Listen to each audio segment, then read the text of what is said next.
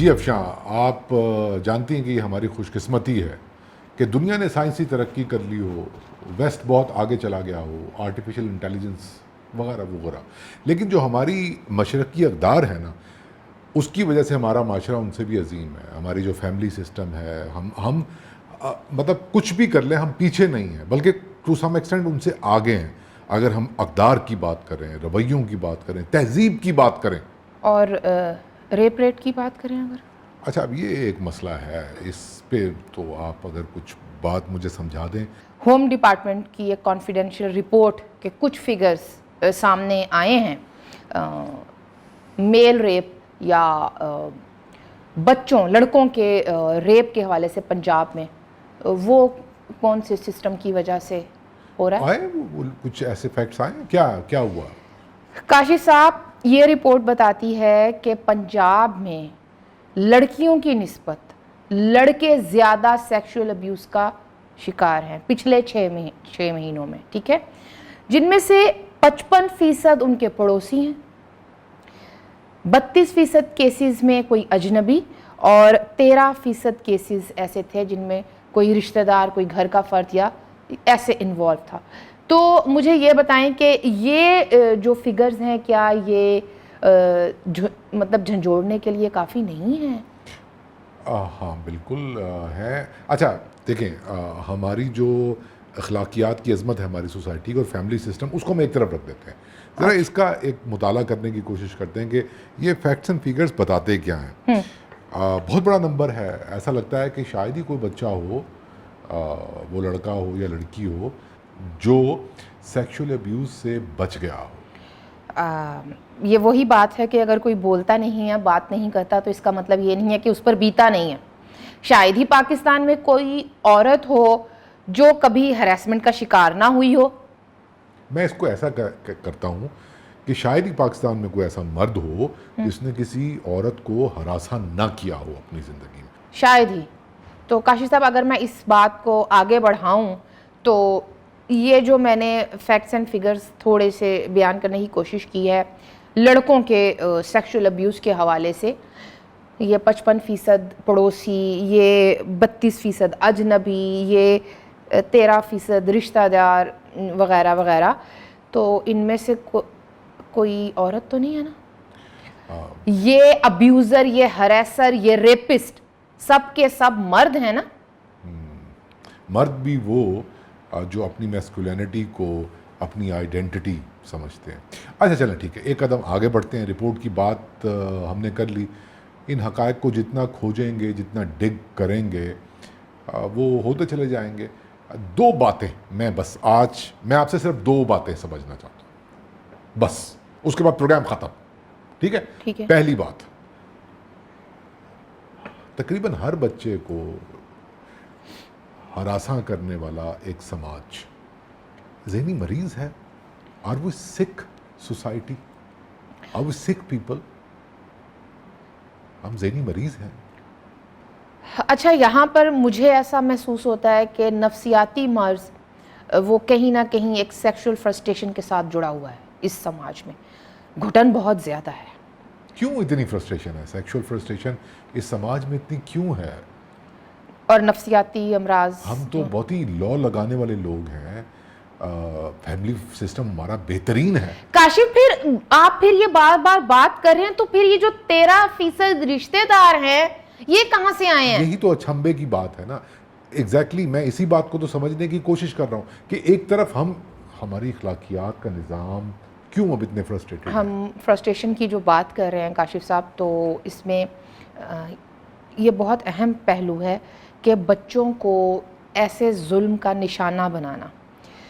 इसके बहुत सारे फैक्टर्स हैं, उसमें पहली बात ये है कि बच्चों को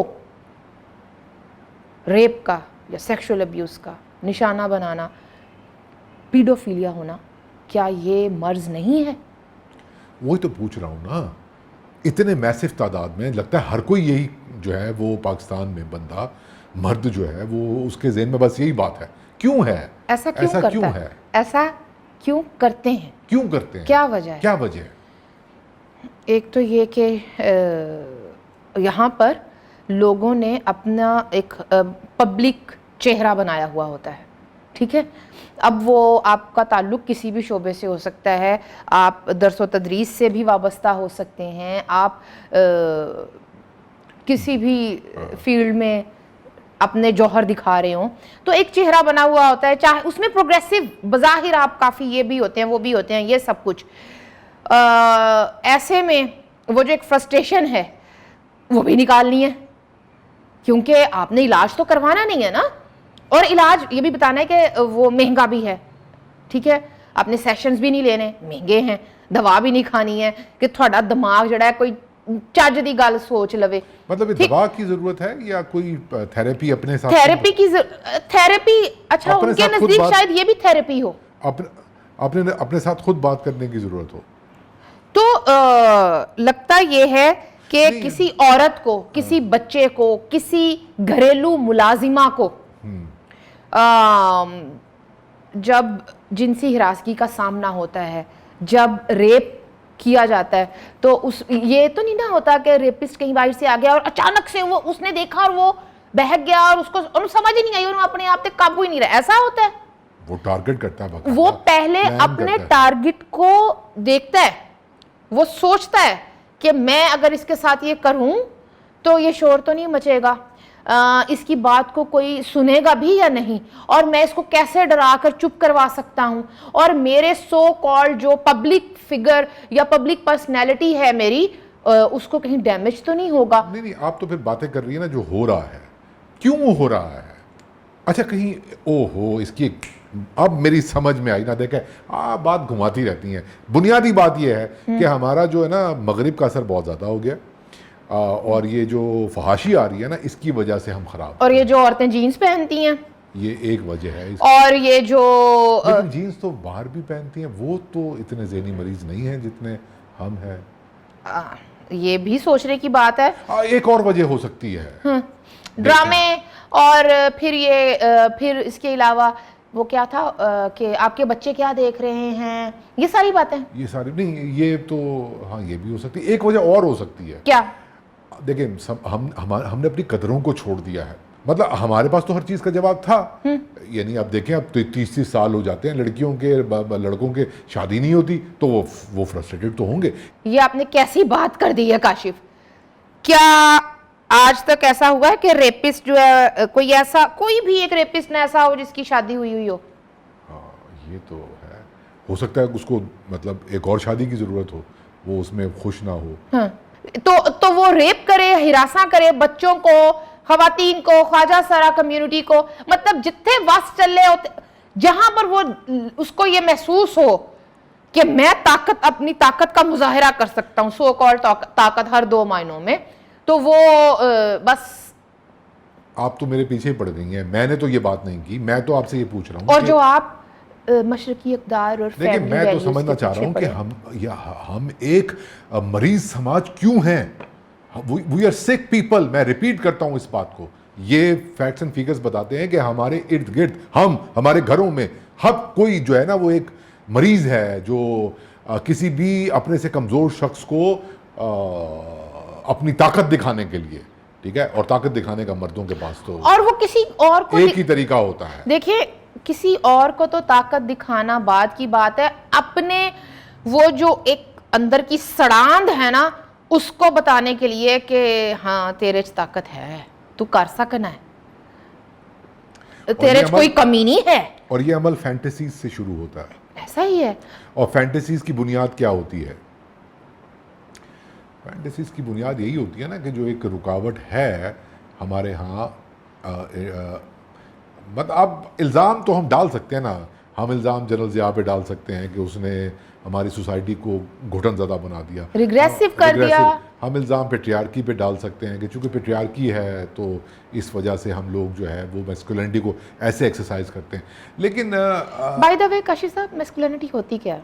मैस्कुलिनिटी ये होती है कि आप अपने आप को मर्द होने की वजह से ये समझें कि आपसे बेटर एग्जिस्टेंस इस कुराए अर्ज़ पे कोई नहीं है। तमाम लोगों पे आपका की सुपरियरिटी है, आपके कदमों को वो लोग धोएं, आप जो मर्जी, मतलब यू आर दी, क्या उनको उसको कहना चाहिए, आप सेंटर हैं और हर कोई जो है, तो उसको जब एक्सप्रेस करना है, जो जब उसका एक्सप्रेशन होता है तो वो सेक्सुअली एक एक्सप्रेशन जो है वो होता है। ये तो आप हमारे समाज में मैस्कुलिनिटी की तारीफ बता रहे हैं। ऐसे ही है, ऐसे ही है। अच्छा। यही ये मैस्कुलिनिटी है ही मर्ज एक, जिसका इलाज ना हो तो जैसे हमारा समाज है ना वैसे हम लोग बन जाते हैं। मैं आगे बढ़ता हूँ।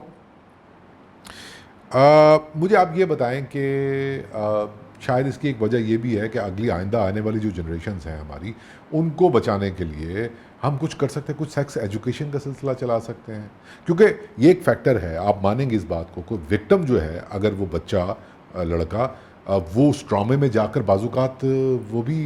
देखें, मेरा ऐसा मानना है कि हमारी सोसाइटी में जो ख़वातीन हैं वो तो एक ट्रॉमा से गुज़रती हैं, मतलब वो भी बच्ची होती है और उसको हिरासगी का सामना शुरू हो जाता है, एंड देन तो अगले घर जब जाना है डोमेस्टिक वायलेंस है, फिर इमोशनल और साइकोलॉजिकल प्रेशर्स हैं, और इवन मेरे ख्याल में तो इमोशनल जो तशद्दुद है वो भी हो रहा होता है। उसमें कहीं ना कहीं वो अपनी माँ से या अपनी बहन से या किसी सहेली से वो शेयर कर रही होती है, क्योंकि औरत तो कोट एंड कोट कमज़ोर जाती है ना, तो वो तो शेयर कर लेती है, लेकिन मर्द कभी रोता नहीं है, मर्द को दर्द नहीं होता, वो इंतकाम लेता है, वो इंतकाम लेता है। तो वो जिस ट्रॉमा से गुजरते हैं लड़के यंग एज में इस सेक्सुअल अब्यूज से गुजरकर, तो एक ख़ास उम्र के बाद वो ट्रॉमा कहीं ना कहीं उन्हें एक मॉन्स्टर भी बना देता है। मैं यहाँ पर किसी को भी उसका दिफा नहीं कर रही हूँ, जस्टिफाई नहीं कर रही हूँ। कहने का मतलब ये है कि चूंकि हमने मैस्कुलिनिटी के कुछ पैमाने सेट कर दिए हैं कि उसको तो कोई गजन नहीं पहुंच सकती, उसको दर्द नहीं हो सकता, वो रो नहीं सकता, वो अपने बाप से, अपने भाई से, अपने दोस्तों में, क्या कोई मर्द अपने दोस्तों में बैठकर ये शेयर कर सकता है कि उसको फला जगह पर या फला उम्र में हिरासगी का सामना हुआ था? जब वो कथारसिस ही नहीं होता, जब आप किसी से शेयर ही नहीं करते, वो ट्रॉमा अंदर ही अंदर एक नासूर बनता है, और फिर वो इंसान सोचता है कि ओके मेरे नाल होया सी तो मैं किसी और नाल भी करांगा। क्या होती है, लॉकर रूम टॉक होती है। लेकिन लॉकर रूम टॉक में भी मेरा ख्याल है कि आप लोग खवातीन को ही ज्यादा डिस्कस करते हैं या अपने कुछ दूसरे मसाइल। देखें, दो मर्द जब आपस में मिलेंगे तो वो अपने आप को डोमिनेट करने के लिए रेप जोक्स करते हैं। पहले वो जबान से रेप करते हैं, और जब जबान से रेप होता है, आपकी जोक से रेप होता है, आपकी हर बात की कॉनोटेशन रेप के ऊपर, आपकी शायरी, जो आपका ड्रामा, आपकी फिल्म, रेप।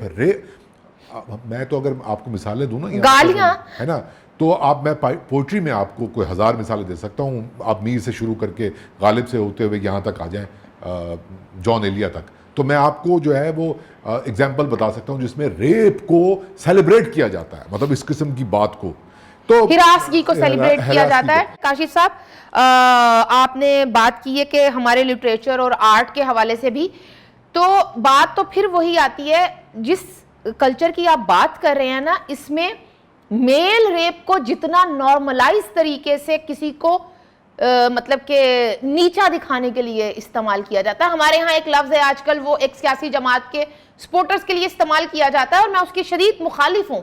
लेकिन कॉमेडी में ठीक, लेकिन आपने देखा कि वो लफ्ज हर कोई इस्तेमाल कर रहा है, ये गलत है, इट्स टेरेबल। आप कहीं ना कहीं मेल रेप को नॉर्मलाइज कर रहे होते हैं। शेख रशीद जैसे लोगों को जेल के अंदर होना चाहिए, और किसी का मजाक उड़ाने के लिए उसको ये बताना कि ये फला, ये मर्द फला मर्द के साथ इन्वॉल्व है, आप क्या कर रहे हैं? रेप जोक के ऊपर सजा होनी चाहिए। आगे चलते हैं।